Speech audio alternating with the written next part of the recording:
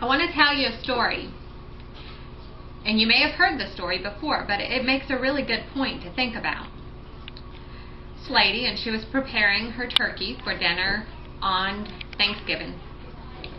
And she cut the top of the turkey off, and as she started to cut the top of the turkey off, as she had seen in years and years, all her life, she's seen her mom cut the top of the turkey off, she's seen her grandmother cut the top of the turkey off, and so it started dawning on her, though. I mean, why am I throwing this good meat away? I have a bunch of people to feed, so why am I doing this? And she sat there and she thought about it, and so she called her mother and she said, "Mom, why do you cut the top of the turkey off?" And her mother said, "Well, I cut the top of the turkey off because your grandmother cut the top of the turkey off. And it's just the way you make the best turkey."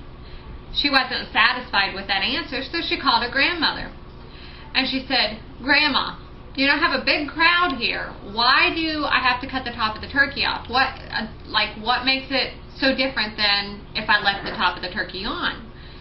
And her grandmother said, "Well, honey, everybody cuts the top of the turkey off in our family. It's what your grandmother did. You know, which would be this woman's great-grandmother."